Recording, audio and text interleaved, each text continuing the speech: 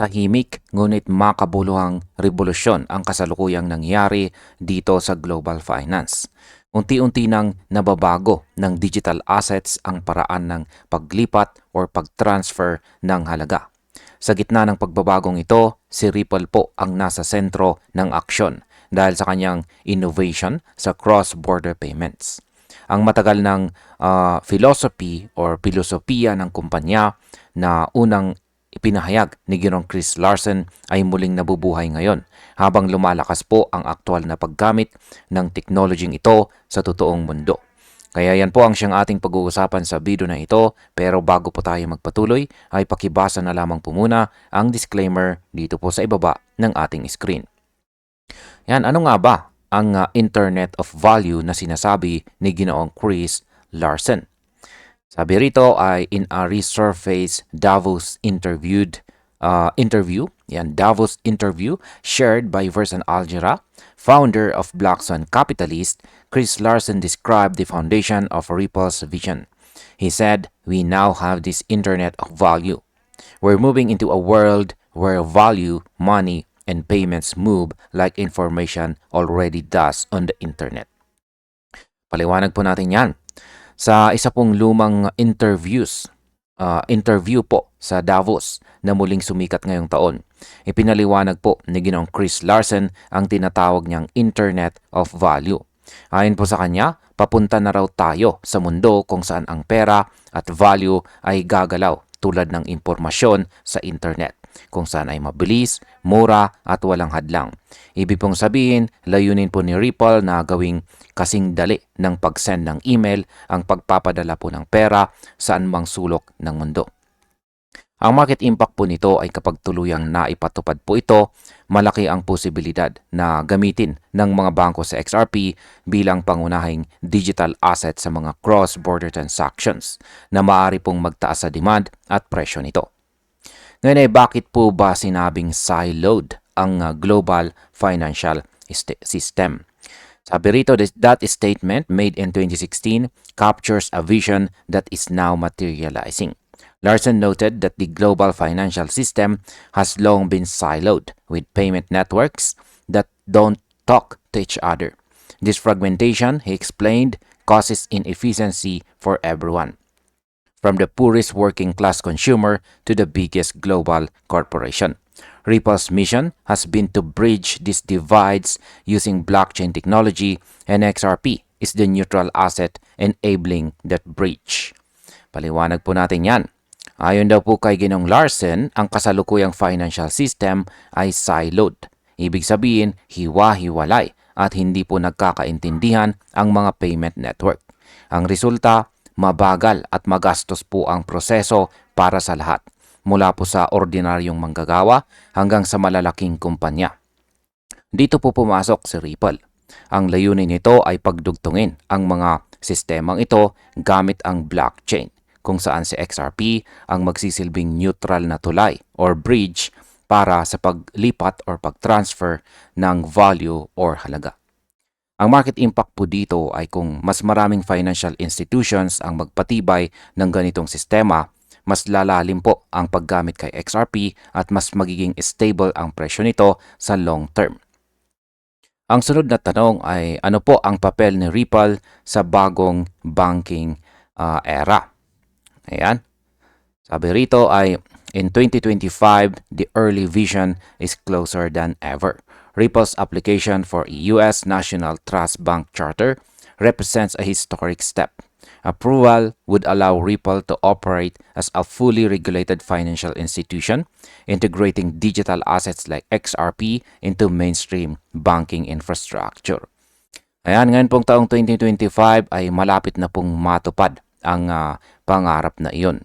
Inihain ni Ripple ang application para sa US National Trust Bank Charter. Kapag ito po ay naaprubahan, magiging opisyal na bangko si Ripple na may kakayang i-integrate ang mga digital assets tulad ng XRP sa traditional system ng mga bangko. Ito po ay malaking hakbang na magpapatibay sa tiwala ng publiko at mga institusyon sa paggamit ng crypto sa legal at reguladong paraan. Ang market impact po nito ay kapag naging lisensyadong bangko itong si Ripple, malaki ang tsansang tumaas ang value ni XRP dahil mas magiging legal at tanggap ito sa mga traditional institution. Ngayon ay paano naman po makikinabang si Ripple sa plano ng Federal Reserve? Sabi po rito, meanwhile, the Federal Reserve's Skinny Master Account proposal could open payment rail access to fintechs such as Ripple.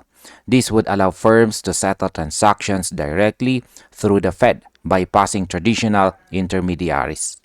Yan ang Skinny Master Account na proposal daw ng Federal Reserve ay nagbibigay ng posibilidad para sa mga fintech gaya ni Ripple na magkaroon ng direktang access sa kanilang payment system.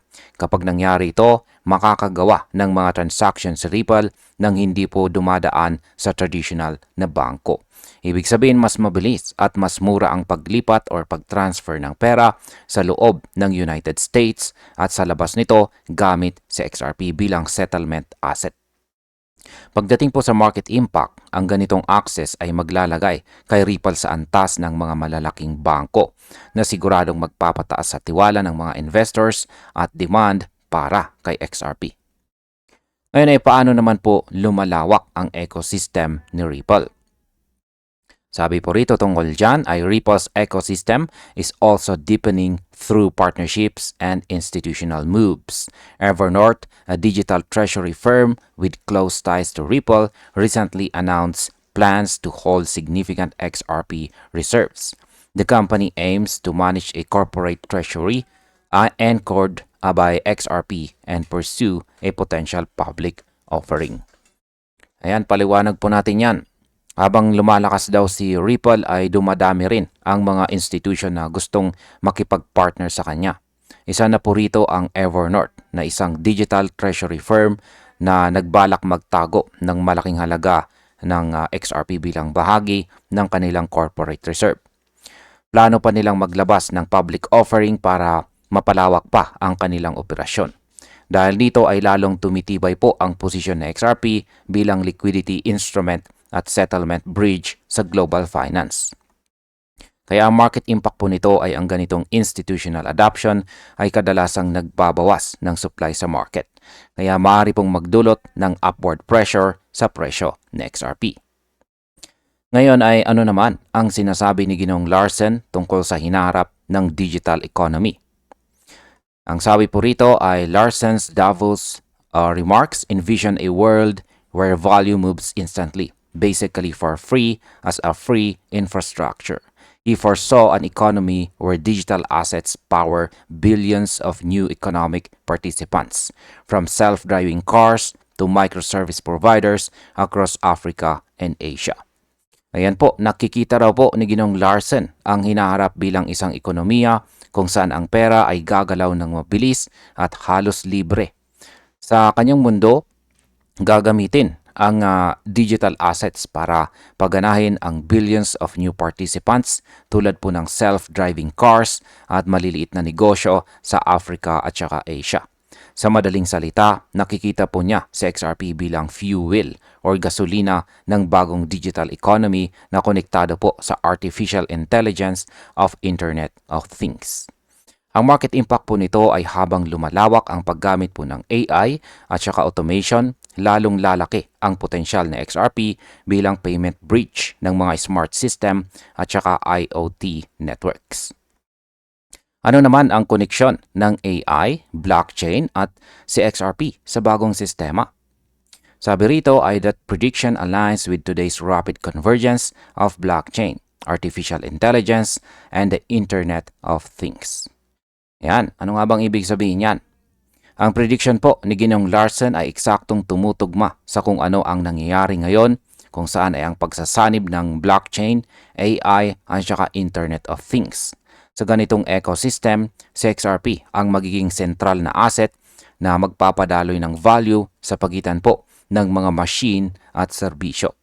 Halimbawa, maaring magbayad po ang isang autonomous vehicle ng toll gamit ang XRP ng direkta at instant po ito.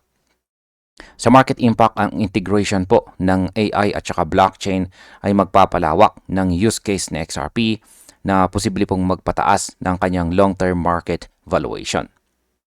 Ngayon ay paano naman po makikilahok or makikijoin ang mga XRP holders sa bagong sistemang ito? Sabi rito, as Versan Algera observed in his X post, this evolution could mark the replacement of legacy central banks and the Federal Reserve System. XRP holders, therefore, stand not as a passive investors but a participants in a new decentralized financial network. Yan, ayon daw po kay Ginong Versan Algera, ang pagbabagong ito ay maaring magbunsod sa unti-unting pagpapalit ng mga lumang central banks. Kaya bilang mga XRP holders ay hindi lamang po tayo basta investors, kundi bahagi po tayo ng bagong decentralized financial network. Ibig pong sabihin niyan ay bawat XRP na hawak natin ay may ambag sa pagbuo ng bagong financial system kung saan wala ng centralized control. Sa market impact, habang dumarami po ang gumagamit kay XRP sa decentralized application, tataas din ang activities or aktibidad at saka liquidity nito sa market. At bilang panghuli, ang aking opinion naman tungkol dito ay kung titingnan po natin ang lahat ng pangyayari, malinaw na si Ripple ay patungo na sa pagiging bahagi ng mainstream banking system. Mula po sa Internet of Value concept ni Ginoong Chris Larsen hanggang sa pagsasanib ng blockchain at saka AI ay nakikita natin na hindi na lang ito teorya kundi aktual na direksyon ng global finance. Para po sa atin bilang mga XRP holders, malaking pribilehyo ito dahil kasabay tayong tumutubo sa bagong ekonomiyang unti-unting binubuo ng Ripple. Pero tandaan po natin, habang lumalaki ang oportunidad, nariyan pa rin ang risk. Kaya dapat maging maingat po tayo sa bawat investment move natin. At ayan, hanggang dito na lamang po tayo sa video na ito mga ka-crypto. Maraming salamat sa panonood.